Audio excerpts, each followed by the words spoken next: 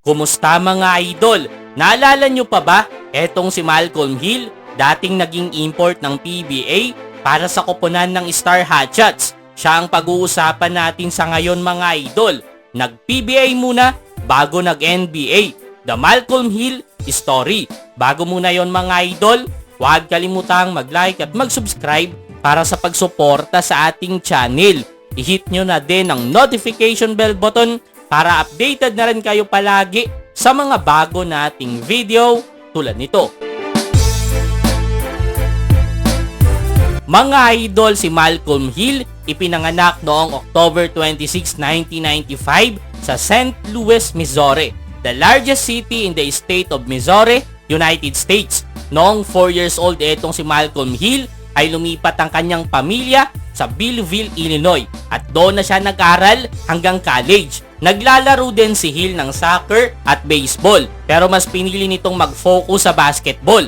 Namana niya sa kanyang tatay ang pagkahilig sa paglalaro ng basketball na naglaro din sa Division 2 ng NCAA nung kapanahunan. Fast forward na tayo ng konti mga idol. Si Malcolm Hill ay produkto ng Illinois Fighting Illini mula sa NCAA Division 1. Sa buong karir niya sa Illinois ay nag-average ito ng 13.5 points, 4.7 rebounds at 2.1 assists per game. Marahil karamihan sa atin mga idol ay hindi ito alam. Matapos kasing hindi pala ring makapasok ni Malcolm Hill sa NBA, noong 2017 ay sa PBA agad siya napadpad. Yes mga idol, ang ating pambansang liga na PBA, ang unang professional league na napaglaruan ni Malcolm Hill sa kanyang basketball career. Matapos siyang kuning import ng Star Hatchets noong 2017 Governor's Cup. Siya ang youngest PBA imports sa naabutan ko mga idol o pinakabatang naging import sa PBA sa edad na 21 years old. Mas bata pa sa mga PBA rookies. Di lang ako sigurado kung siya din ang pinakabata sa kasaysayan ng liga. Replacement import nga siya sa unang import ng Hatchets na si Simeon Bowers. Alaska Aces ang unang nakalaban niya sa PBA mga idol. At doon, pinangunahan niya ang Hatchets matapos kumamada ng 28 points, 11 rebounds at 2 assists, including the 2 clutch basket para masecure ang panalo. Kabilang sa mga nakabanggaang import doon ni Hill sa PBA ay sina Alin Dorham at Justin Brownlee. Sa 7 games ni Malcolm Hill sa Hatchets ay nag-average ito ng 26 points, 11.7 rebounds at 3 assists per game. Disente na mga numero pero nagawa pa rin siyang palitan ng Hatchets. Hindi din kasi siya masyadong epektibo sa koponan with 4 wins at 3 losses. At ang pinalit niya sa kanya ay ang Icelandic na si Christopher Acox na kapwa first-timer din sa ating pambansang liga. At yun na nga, matapos ang PBA stint ni Malcolm Hill ay agad naman siyang nakakuha ng kontrata sa pinakamataas na liga sa Germany. 2 season din siyang naglaro doon. After nun, napadpad siya sa Kazakhstan at Israel.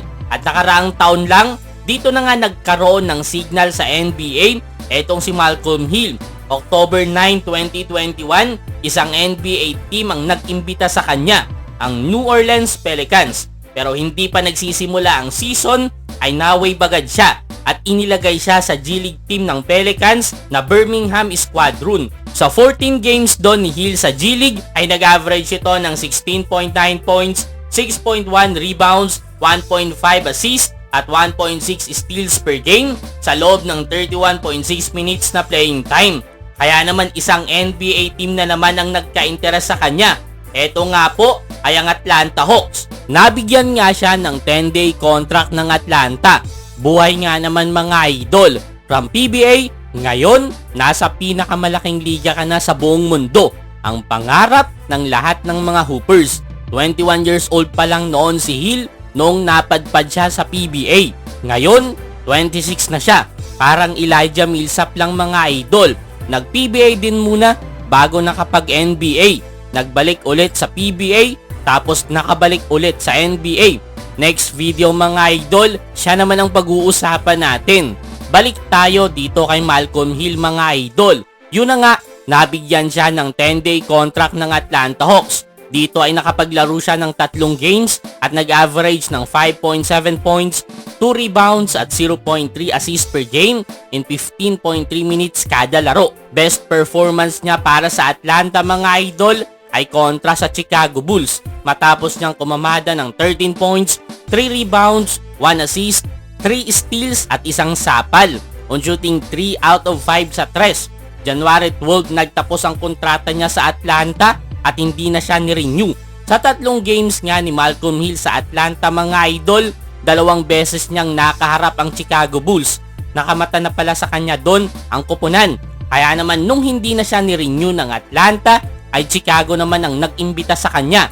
Una muna siyang nabigyan ng 10-day contract. After ng isang game lang kontra Boston Celtics, matapos niyang kumamada ng 5 points, 1 rebound at 1 assist, ay naging 2-way contract na ito. 6 games na ang nalaro niya dito sa Chicago Bulls. Nag-average ng 3.8 points, 1.7 rebounds at 0.5 assists per game. Best performance niya naman dito sa Chicago ay kontra naman sa Memphis Grizzlies. Off the bench, nabigyan siya dito ng 30 minutes na playing time at nagtala ng 12 points, 8 rebounds at 1 assist on shooting 4 out of 6 sa field with 2 out of 4 sa 3. Sa mga naunang laro ni Malcolm Hill dito sa NBA mga idol, hindi man masyadong makikita sa puntos ang ambag niya sa team, binabawi niya naman ito sa hustle niya pagdating sa depensa. Yon ang espesyal sa skill ni Hill mga idol. Kaya nagka-interest sa kanya etong Atlanta at etong ang Chicago Bulls. Sa 9 na laro niya meron siyang 5 steals. Kapag pinapasok nga siya ay automatic, siya na ang pinapatao sa mga star player ng kalaban like Jason Tatum, DeMar DeRozan, Ja Morant at Jaylen Brown. Kaso nga lang mga idol, ang huling latest dito kay Malcolm Hill ay ibinaba muna siya ng Chicago sa kanilang G League team. Pero anytime nga mga idol, pwede siyang ibalik ng koponan dahil naka 2-way contract nga siya. Yon mga idol, yun lamang muna para kay Malcolm Hill. Abangan natin kung ibabalik pa ba siya ng Chicago o may ibang team pa ba ulit na kukuha sa kanya. Kung may komento kayo mga idol, i-komento ang mga opinion nyo sa baba at babasahin natin lahat yan. Huwag kalimutang mag-like at mag-subscribe para sa pagsuporta sa ating channel. This is Flip Trends mga idol. Salamat sa panonood.